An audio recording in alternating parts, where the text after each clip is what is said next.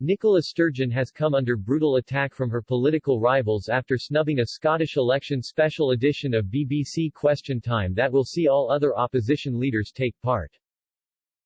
The SNP will be the only party not represented by their leader in Thursday evening's programme, which will feature questions from a virtual audience.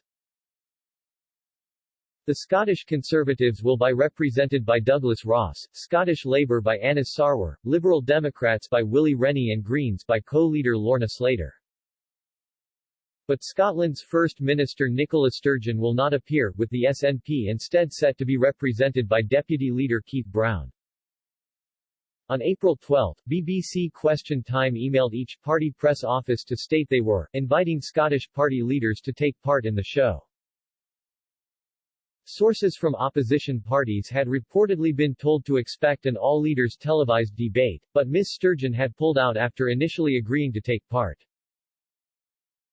The SNP has hit back at these claims, and a spokesperson said, "There has never been any suggestion that the First Minister would be taking part in this debate." The BBC did not include question time in their requests for leaders' participation. The SNP was asked for an SNP representative and the SNP's deputy leader will be appearing. It is for other parties who they chose to put forward to represent their parties. But the SNP's rivals have launched a furious attack against Ms. Sturgeon for not joining her rival party leaders to take part in the BBC Newsnight special. Scottish Liberal Democrat campaign chair Alistair Carmichael added, after a shaky campaign where she has been repeatedly taken to task for her failings on education, care homes and social care, Nicola Sturgeon has now gone AWOL. This was pitched to us in the Liberal Democrats as an event for party leaders. Despite what SNP spin doctors might say, it is obvious that they are trying to protect Nicola Sturgeon's reputation from further damage caused by SNP failures. It's an insult to voters to put up Keith Brown, a man who was shuffled out of the SNP government after his disastrous involvement in a failed Chinese investment that its own fixer described as all bull *CKS. A Scottish Labour source said, Nicola Sturgeon is treating this election like a coronation tour, hiding from scrutiny from the press and the public.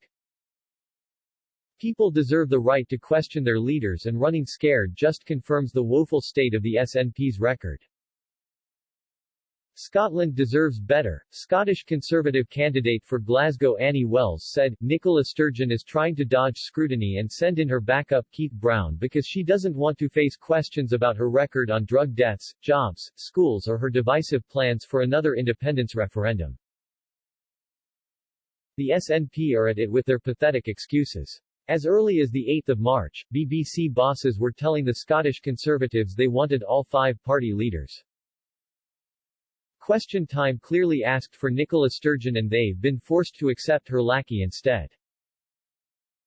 Trying to weasel their way out of this is an embarrassment. The SNP should own this, they are afraid of scrutiny and Nicola Sturgeon is scared of facing direct challenges from voters. Ms. Sturgeon has appeared in Scottish election televised debates on the BBC and STV alongside her opposition leaders. A third debate is set to be hosted by Channel 4, with a second BBC debate to take place in the same week as the election on May 6. But in the televised debates she has taken part in so far, Ms. Sturgeon has faced a barrage of criticism, over the SNP's record in government, campaign for Scottish independence and handling of the COVID pandemic. Responding to the criticisms, an SNP spokesperson said, the First Minister has been scrutinised by the media nearly every day over the last year and since the campaign began has taken part in numerous hustings, 2 TV debates and a number of interviews as well as meeting members of the public to answer their question directly. In fact, she will be taking part in a phone-in with members of the public on Thursday evening.